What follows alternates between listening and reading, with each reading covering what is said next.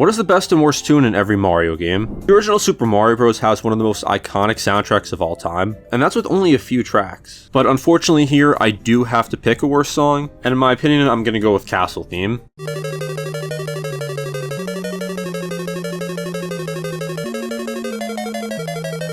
It does its job extremely well. It's an impressive evil castle sounding song, but I just feel like it's the least catchy and least memorable from the original. But with that being said, it's far from bad. It's still a great track, it's still iconic. But when you're competing with the main theme, the underground theme, the underwater theme, even the star theme, this is just personally my least favorite. But now for the best in the game, there's no real competition here. The Overworld theme earns its reputation without needing justification.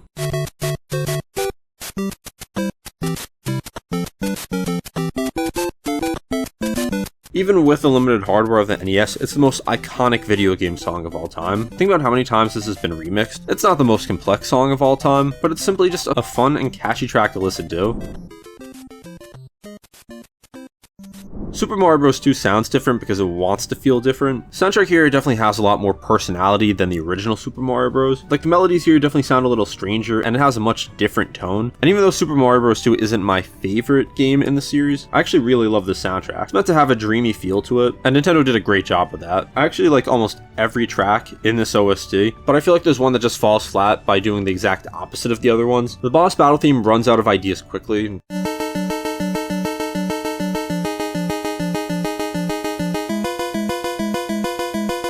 Just loops fast and just stays locked into the same pattern the entire time. You hear it repeatedly across multiple fights and it never changes how those encounters feel. Over time it just fades into the background rather than adding any sort of tension. The NES was capable of more dynamic boss music and the rest of the game proves that. When everything else feels just so lively and expressive, this track feels stuck in place. Now, before you even grab a vegetable or stack enemies, one track tells you exactly what this game is about, and it's the character select theme.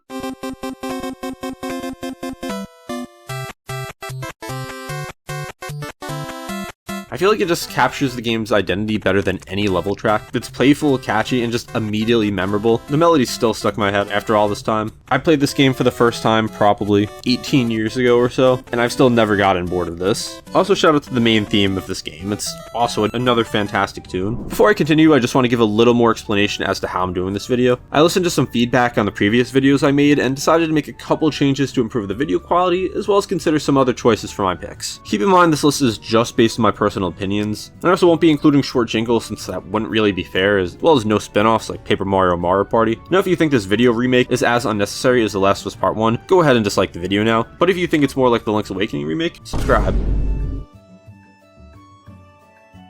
Super Mario Bros. 3 is where Mario music starts feeling a lot larger, and by that I mean that the soundtrack here is just far more expansive and just has a lot more variety. Like for the first time it really feels like the soundtrack is part of the world design instead of just background noise. Pretty much every area here has its own identity, the map themes feel theatrical, the levels feel like stages in a play. And before you touch a controller, the game's already telling you that this is a way bigger adventure than what came before. The jump in ambition for the game is obvious, and the soundtrack carries a lot of that weight. Several tracks here people still bring up decades later for good reason. The overall themes are bright, the airship theme does an incredible job creating pressure without overwhelming you, and even the smaller tracks contribute to the tone. Because so much of the soundtrack is memorable, the weakest song stands out more by contrast than just by simply failing. It wasn't too difficult for me to pick the worst here, and I'm going with Toad's Item House.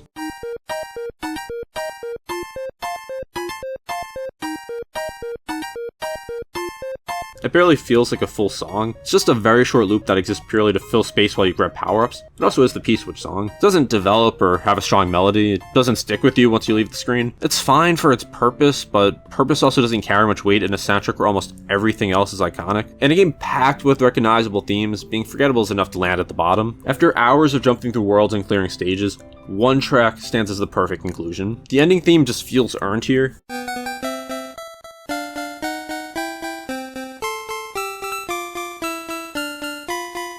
Starts calmly, giving you some space to breathe after finishing the game, then gradually builds into something more upbeat as it reflects on the journey you just completed. The structure matters here, and it feels like it mirrors the experience of the game. It's a clear improvement over the original Super Mario Bros. Ending theme, and really takes advantage of the NES hardware as much as it could at the time. Super Mario Land is a very strange game. Instead of remixing familiar Mario melodies, the soundtrack goes in a completely different direction, which also gives it a distinct identity. The Game Boy hardware is extremely limited, but the compositions aim higher than you'd expect. The music feels adventurous here, and it feels like slightly off to the Mario series, and that uniqueness is why people still remember the soundtrack, even if it isn't packed with hits. Some tracks stand out immediately, like the Biarbuto Kingdom theme is surprisingly catchy and makes great use of the Game Boy's sound chip, and the main theme does a solid job setting tone, but not every track leaves a strong impression. On a soundtrack full of weird choices that somehow work, one track just doesn't leave any impact. The Princess Daisy theme feels underdeveloped.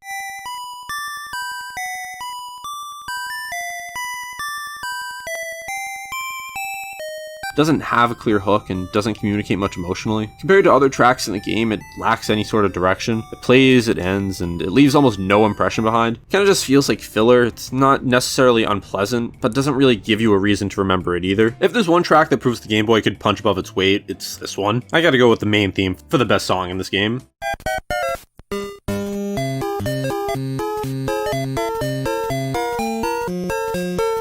It just embraces simplicity without feeling empty. It's upbeat, catchy, immediately recognizable, even through the Game Boy's limited audio. The melody carries enough energy to support long play sessions without becoming annoying, and it benefits heavily from the original hardware. Hearing it through a real Game Boy speaker just adds texture to it that just gets lost if you listen to it over the internet or on NSO or anything like that. It just works because it understands its limits and leans into them instead of fighting them.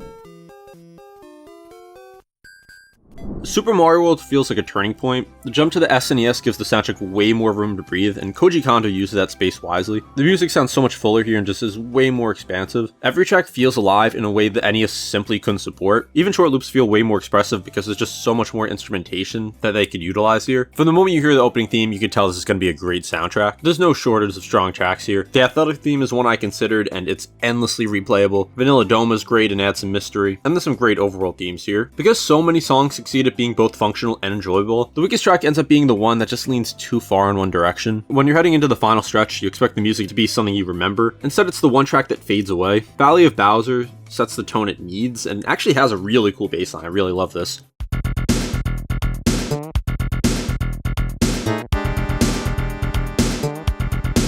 But it just lacks a memorable melody. Compared to the rest of the soundtrack, which balances rhythm and tune, this track focuses almost entirely on atmosphere. And it works during the final stretch of the game, don't get me wrong, but it doesn't really hold up outside that. I don't know about you, but when placed next to other tracks, they remain enjoyable long after you stop playing. Like, this just kind of feels alright, it's not bad, but after listening to the entire OST, it's the one that stuck with me the least. When you finally beat Bowser and watch the credits roll, the music makes the whole journey feel worth it. The ending theme builds on what Super Mario Bros. 3 started and improves in every way.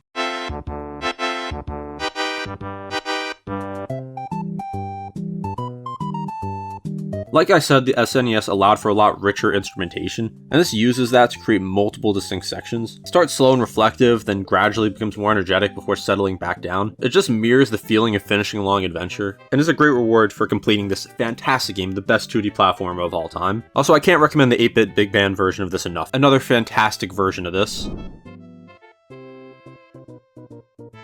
Super Mario Land 2 feels like Nintendo finally figured out how to push the Game Boy sound chip properly. Compared to the first game, the soundtrack is a lot fuller and more alive. The compositions here just have a lot more layers compared to the original Super Mario Land. Every zone has a clear identity, and the music does a lot of work making each area feel distinct despite hardware limitations. There's a strong sense of atmosphere here too. It goes into a more cozy, dreamlike tone that fits its strange and slower pacing. A lot of tracks do stand out here. Tree Zone sounds pretty calm, Pumpkin Zone balances spooky and playful without going too far in either direction, and even the map music carries a lot of personality. Because the soundtrack is so consistent, the weakest track ends up being the one that feels the most minimal rather than the most flawed. So in the previous video, I went with Space Zone 2, and a lot of people really hated that pick, so I did listen to the whole OST again just to see if I was wrong or if the comments were just overreacting. And I know this may be controversial, but it's just not a track I think is that great. However, with that being said, I don't think it's the worst after listening more. That's gonna go to the Castle Gates.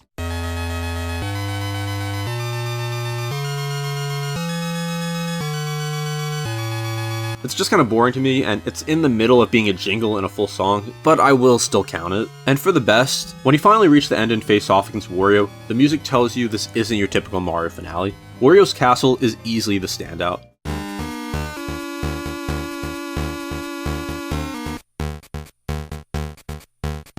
It does exactly what a final area theme should do. It's ominous and unsettling, and it feels a lot more distinct than the usual Bowser castles, because this isn't a traditional Mario villain, and the music reflects that. It's Wario, and I don't know how they did it, but this track just feels like Wario. And for a Game Boy soundtrack, it feels surprisingly bold. It's one of the reasons Land 2 is remembered more fondly than its predecessor, and I feel like this is a really underrated soundtrack. Give Wario's Castle a full listen if you haven't played this game.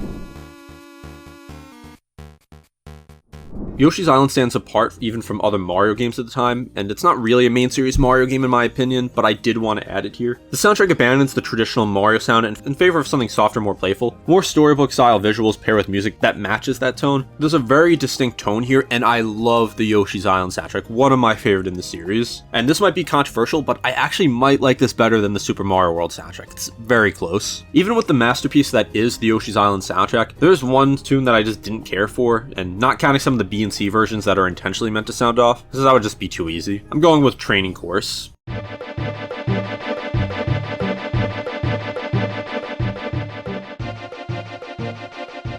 It's a pretty short song, but longer than a jingle, and it doesn't sound bad, but it's just so repetitive and has nothing interesting going on, so it was a very easy choice for me. Now for the best track that was so difficult I couldn't even decide on one. I had to pick two here. First one is the Athletic theme, and it's just so catchy.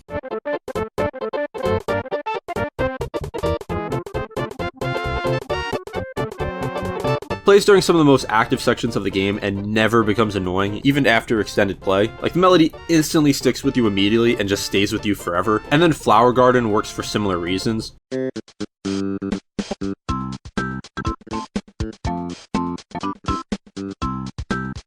It's just perfection. Like, you only listened to that for a few seconds, but you probably wanted to listen more, and you might be thinking of the meme from a few years ago. I feel like both these tracks capture what Yoshi's Island does best, and that's just being a fun track for a fun adventure. Super Mario 64 is a complete reset for how Mario sounds. Moving into 3D meant the music had to support exploration in a way the earlier games never had to. With the levels no longer being linear, the soundtrack had to reflect that shift. Many tracks loop softly without you even noticing, and others just push you when the game needs it. There's a way wider emotional range here than any Mario game before it. Some tracks feel adventurous, some feel calm, some feel unsettling, and all of them exist to support the adventure. The soundtrack has no shortage of standouts, but Bomb Battlefield sets the tone for the entire game. Slider is... Because so many tracks are memorable, picking a weakest one becomes a matter of which song offers the least outside its specific context. Last time I picked Lethal Lava Land for this, and while it's not my favorite track, I probably was a little too harsh on it. I'm actually going to go with the Merry-Go-Round from Big Boo's Haunt.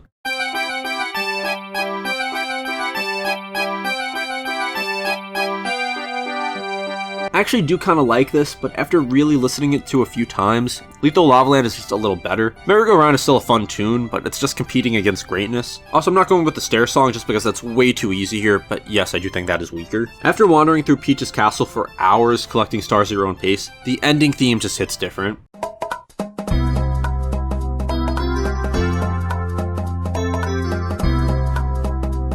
Whether you first played this on the N64 or the DS like me, it's hard to hear this nowadays and not be emotional. It just sounds reflective and gives you space to process that you finished one of the best games of all time. It benefits from nostalgia for someone like me, but I think even besides that, it's just such a fantastic ending theme. Like, as you'll see in this video, I really like a lot of ending themes, but this may be my favorite or second favorite. Super Mario Sunshine immediately separates itself through the sound. With the game being set in a tropical setting, the music leans heavily into steel drums, and just has the tropical feel to it as you'd expect. Just a lot of bright melodies that make the world feel warm. It has a lot of laid-back tones that contrast nicely with the game's sometimes demanding platforming. Even when things get difficult, the music rarely feels aggressive here. It just keeps the experience grounded in its vacation setting. And there's several tracks here that are some of my personal favorites in the entire series. And in a soundtrack defined by so many dynamic compositions, there's one track that feels like it's barely trying. The Yoshi Go Round, which is ironically the second go-round track here in a row.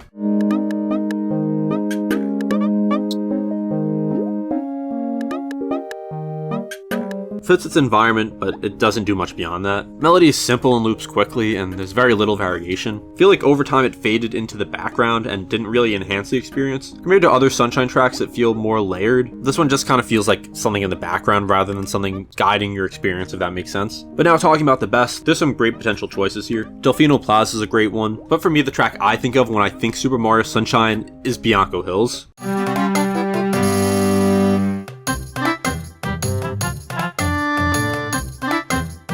just captures everything Sunshine wants to be. The melody is upbeat without feeling rushed. The tropical vibe of this game is on full display, and plays some of the first moments where the game fully opens up, and does a lot of work to establish what you're going to be experiencing here. It's just one of those songs that feels inseparable from the level it plays in, which is exactly what great music should be.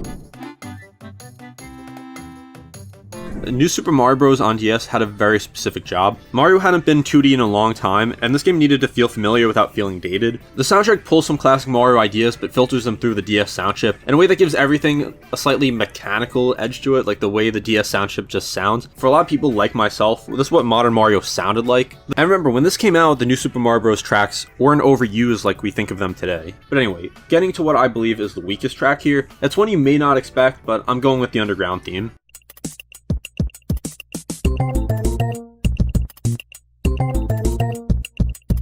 It brings some of the classic Mario atmosphere, but it just is kind of there. Like, I feel like it never really comes together here. Just kind of lacks the atmosphere compared to the NES version, and also lacks a lot of later versions. The percussion here feels kind of thin, and the loop, while not much different here, you hear it a lot, and it never really stuck with me. Like, I feel like this is one of the least iconic versions of what is an iconic track. It just feels kind of empty here. Now, for the best, I'm going with the Athletic theme.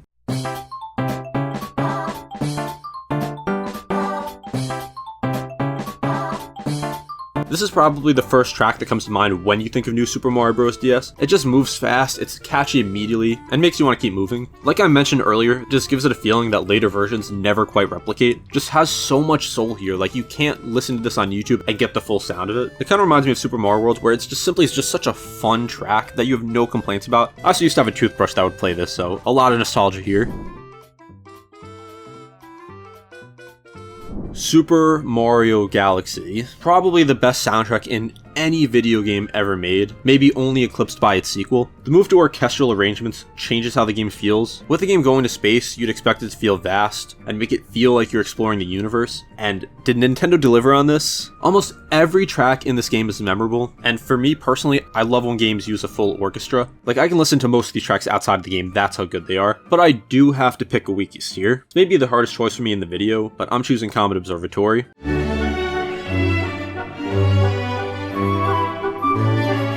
I know, that's a crazy pick, but hear me out. I'm lying. If I ever say Comet Observatory is bad, sincerely, know that something is wrong. I'm actually gonna go with Ball Rolling for Mario Galaxy.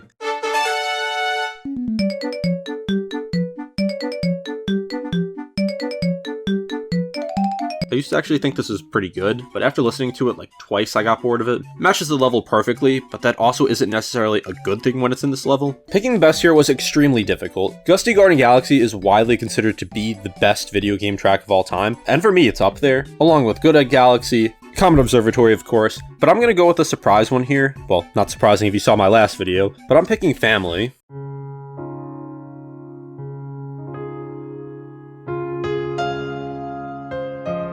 You might not expect it because it's not a big orchestral piece like a lot of other tracks here. It just leaves the core melody, and then you find out how strong the composition really is. The melody played on a piano carries the emotion on its own, and just feels personal in a way most Mario tracks don't. It just plays during moments when you're asked to slow down and reflect, and it succeeds because it doesn't try to do too much. It's just a beautifully composed song that sounds even better played softly on a piano. New Super Mario Bros. Wii builds directly off the DS entry. The structure stays familiar, but the presentation expands. The soundtrack sounds fuller and more polished, with a lot more instrumentation and cleaner mixes. It still keeps the vocal hits that define the DS game, but everything feels scaled up to fit a console experience. There's not as many new tracks here as you would expect, but there definitely are quite a few. But I feel like I still prefer the DS version for a lot of these because it just has that personality with the DS sound chip. But that's not to say it's bad here. And honestly, after listening to this OST, I couldn't find a single track I thought was bad, but of course I did have to find a weakest, and I'm going with the Tower theme.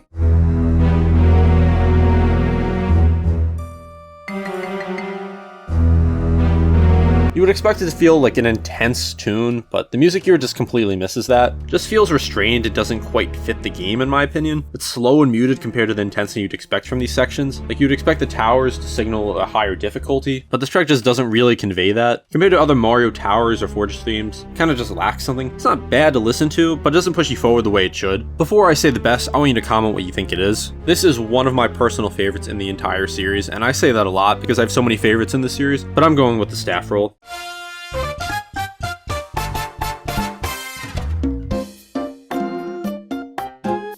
After a loud, chaotic multiplayer experience, this was the perfect song for the section where you're just collecting as many coins as you can. It's upbeat without being frantic, and it's celebratory without feeling forced. It's simply just a super catchy song. Like, I could probably listen to this on repeat, that's how good it is. And there's a reason you see so many nostalgia bait videos using this track. Super Mario Galaxy 2 doesn't try to reinvent its sound. Instead, it just builds off the original. The orchestral approach returns, but the pacing is faster here to match Galaxy 2's faster pace. A lot of tracks feel more adventurous here, with fewer quiet stretches and more forward momentum. There's plenty of highlights here. Sky Station Galaxy sets the tone immediately. Bowser's Galaxy Generator is a very intense song, and even smaller levels get distinct musical identities. Because the soundtrack maintains such a high level of quality, the weakest track is one that just is simply not memorable, rather than being something that sounds bad to listen to. When you're trying to read tutorial messages, you probably don't want too much going on musically, then that's exactly what you get with this. Tip TV functions more like a sound cue than a full song.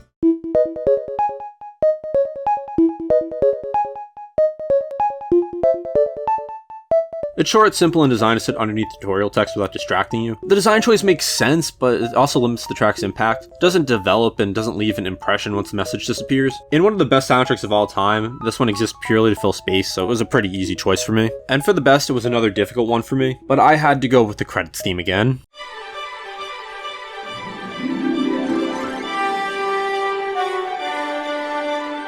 Now I know I've picked the credits theme quite a few times, and that's just because Nintendo's done such a fantastic job with so many credits themes, plus they're instantly memorable because it's the last song you'll hear on your journey. And I know I said this about Super Mario 64 that it might be my favorite, but I think Galaxy 2's is my favorite. It's just one of the grandest tracks in video game history. There's so much going on here. It's beautifully orchestrated, and in my opinion, it is literally a musical masterpiece, not even just a video game musical masterpiece. It's maybe one of the best composed tunes I've ever heard in my life.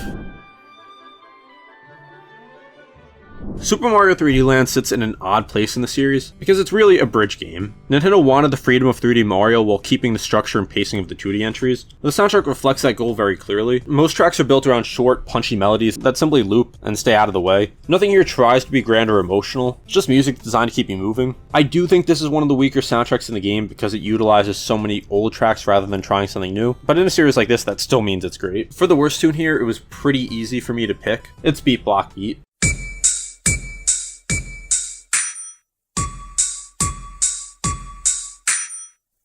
The concept is clever, but execution leaves you with nothing to hold on to. The track exists almost entirely to sync with the disappearing platforms, and the rhythm matters here more than melody because that's actually baked into the level, but I feel like they could have done a little more here. Actually, I should say, I know they could have done more here because the Mario 3D World version of this is a lot better. For the best here, I didn't want to go with something that was a reused track from a previous game, so I'm going with the Overworld Theme.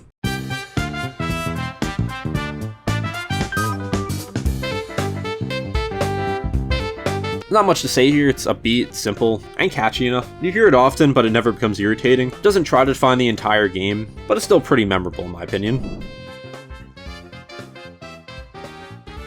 New Super Mario Bros. 2 commits fully to its central gimmick, and the soundtrack follows that direction closely. Coins dominate everything here. Rhythms, sound effects, even melodic choices reinforce that constant feedback loop. The result is a soundtrack that feels energetic but way too familiar. A lot of it sounds like variations on ideas you've already heard in earlier New Super Mario Bros. Games. These tracks still work well, and the overall music stays lively enough. The issue is that it's repetitive. When a soundtrack leans heavily on one idea, the weaker tracks start blending together. In a game already struggling to stand up musically, one track just completely disappears. Coin Rush Results does exactly what it needs to and nothing more.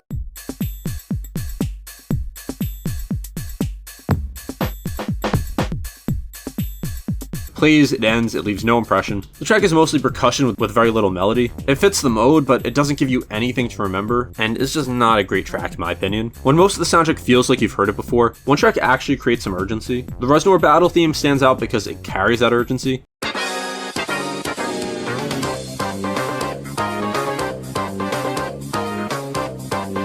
Tempo pushes you forward, and the fight doesn't last long, which helps the track avoid repetition fatigue. While it's rooted in older Mario ideas, it still does its job better than most of the soundtrack, and in what is one of the most forgettable soundtracks in the series, this one definitely stood out to me the most. Now, going right from New Super Mario Bros. 2 to New Super Mario Bros. U, people are already kind of tired of this series at the time, especially with the music all sounding very similar. Now, everything here is sharper here, like the audio is a lot smoother and polished as you would expect, but you've just heard variations of these melodies for years. Even when the game introduces something new, it often feels old because the structure barely changes. There's still moments where the music works, like there are arrangements that add something, there's a few new tracks here, but there's also some that are just pretty weak. Even by the standards of forgettable menu music, Coin Edit barely exists.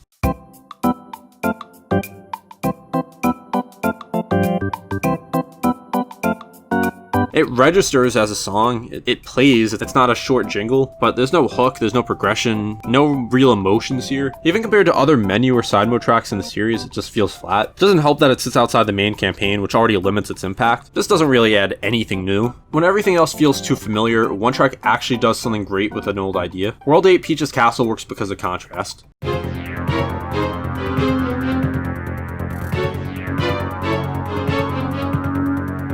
Takes the familiar Peach's Castle melody and twists it into something darker. The mix of Bowser's influence with a traditionally safe theme communicates the situation immediately. It's a smart use of the idea, and was a really great use of familiarity. I love Super Mario 3D World. Not just the game itself, but the soundtrack is one of my personal favorites. It's not Super Mario Galaxy, but instead it has that big band feel, which I always love hearing. The music just feels so alive here, and every track just feels like it's enjoying itself. There's no shortage of standout tracks here. Super Bell Hill used to be one of my favorites to play on saxophone. Double Cherry Pass is great, and there's about 30 other fantastic tracks here. But since almost every track feels bold and energetic, there's one that just doesn't match that energy. Plus, each song fits the level it's in, but it doesn't push beyond that.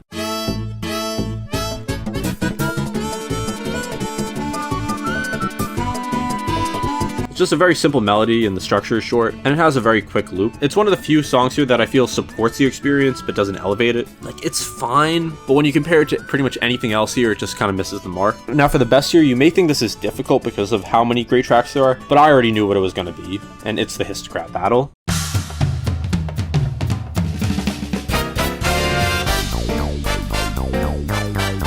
It just highlights everything that makes this soundtrack work. The big band sound hits immediately, the percussion sounds great, the brass carries the melody. The track has multiple sections which keep it engaging even during longer fights. Never stalls, never fades in the background, and just makes you want to stay in this fight longer just so you could keep listening to it. There's not really anything notable here. It's pretty much just remixes, so I want to go over this quick. For a mobile game built on short bursts, the worst track here feels like it does the bare minimum, and it's the results theme.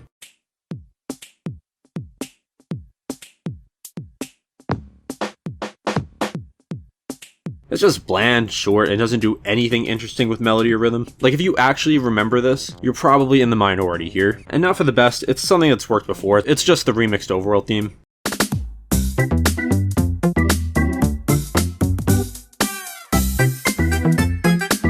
It sounds good, but I mean, there's nothing original here.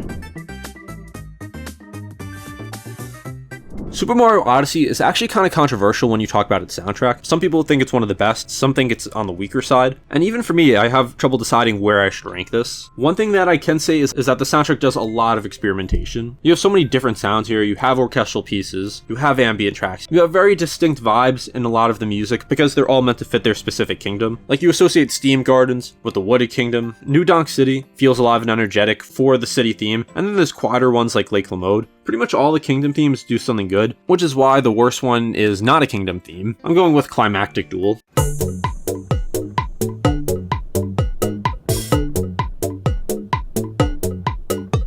With that name, you would think it actually feels climactic, and it plays during a moment that should feel dramatic, but the music just stays restrained. Functions more as background support than as an actual centerpiece. In a game that usually nails the tone, this one just feels really underwhelming. Doesn't stick with you and doesn't elevate the encounter, and compared to how bold the rest of the soundtrack is, it just feels oddly cautious in a way. Now, picking a best track here was impossible for me, because there's two completely different songs that represent what makes Odyssey special, and like with Yoshi's Island, I'm going with two here. Jump Up Superstar is the first I'm going with. We go off the rails. Don't you know it's time to raise our sails? It's freedom like you never knew. Like I said with 3D World, I love the big band style, and then there's also vocals here with some incredible singing, and the structure makes it feel like a complete song that can actually exist outside the game. Like, there's a reason the song was trending not too long ago. Fossil Falls, on the other hand, functions as the game's core identity.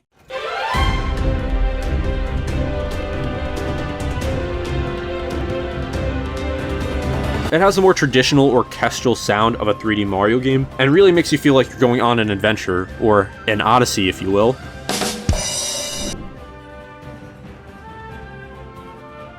And now for Bowser's Fury, which is not a full Mario game, but it does have a very clear identity. The soundtrack is heavier and more aggressive than what you'd expect from Mario. It just leans into this intense soundtrack, and the open structure of the game also changes how the music functions. Tracks need to support long stretches of exploration while reacting to sudden shifts in tone like when Fury Bowser appears, and that balance is hard to pull off, and most of the soundtrack actually handles it pretty well. The game wants you to feel uneasy, and the soundtrack supports that goal without really losing anything. In a small soundtrack, having a track that only works as build-up feels like wasted space. A Sign of Disaster works as a build-up piece, but just doesn't stand well on its own.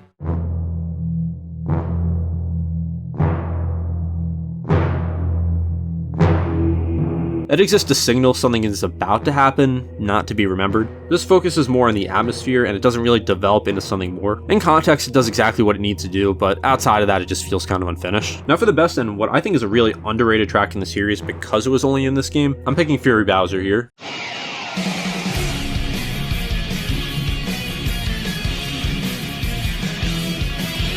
This just does not feel like a Mario song. It has a heavy electric guitar, heavy percussion, and it changes how the encounter feels. Like, Fury Bowser is not a normal Mario boss, and the track really helps build that. And now we're on to the most recent mainline Mario game with Super Mario Bros. Wonder. It felt like a reset for 2D Mario music. After nearly 2 decades of the same ideas in New Super Mario Bros., the soundtrack embraces a lot of experimentation. Music is playful, strange, and unpredictable in a lot of ways. Kind of gives me like Super Mario Bros. 2 vibes in that regard. It has a very clear tone here, like it has some vocals but not the same as New Super Mario Bros. There's a lot of standout tracks here, and I will get to those, but first I want to talk about the weakest. With a lot of wild experimentation here, there is one track I feel like could have came from any Mario game and doesn't really take advantage of the tone here, and that's going to be Poison Swamp.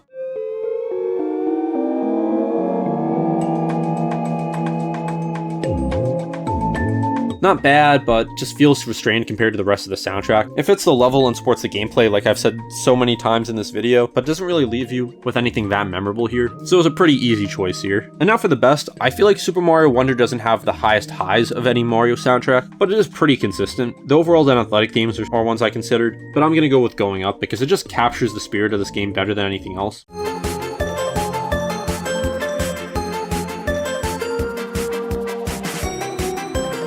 Like, it feels like a classic Mario song, but while also feeling a lot different at the same time. There's a lot of ideas here, and it never loses cohesion. You would think this would become repetitive, and I guess after enough times it might, but it's just simply fun to listen to. It's the kind of song that sticks with you after you stop playing, and that's really what you expect from a Mario game. And that's the list. Again, these are all my personal opinions. I know a lot of people are going to definitively say theirs in the comments like it's an objective fact. We all enjoy music differently, we all have different preferences, so I do want to know what tracks you liked and what you didn't like from the series. Now, if you made it to the end, be sure to subscribe. And also check out some of my other music videos, a Worst Zelda songs video, Best and Worst Mario RPG video, and let me know if there's any other you want to see. Be sure to subscribe, and I'll see you next time.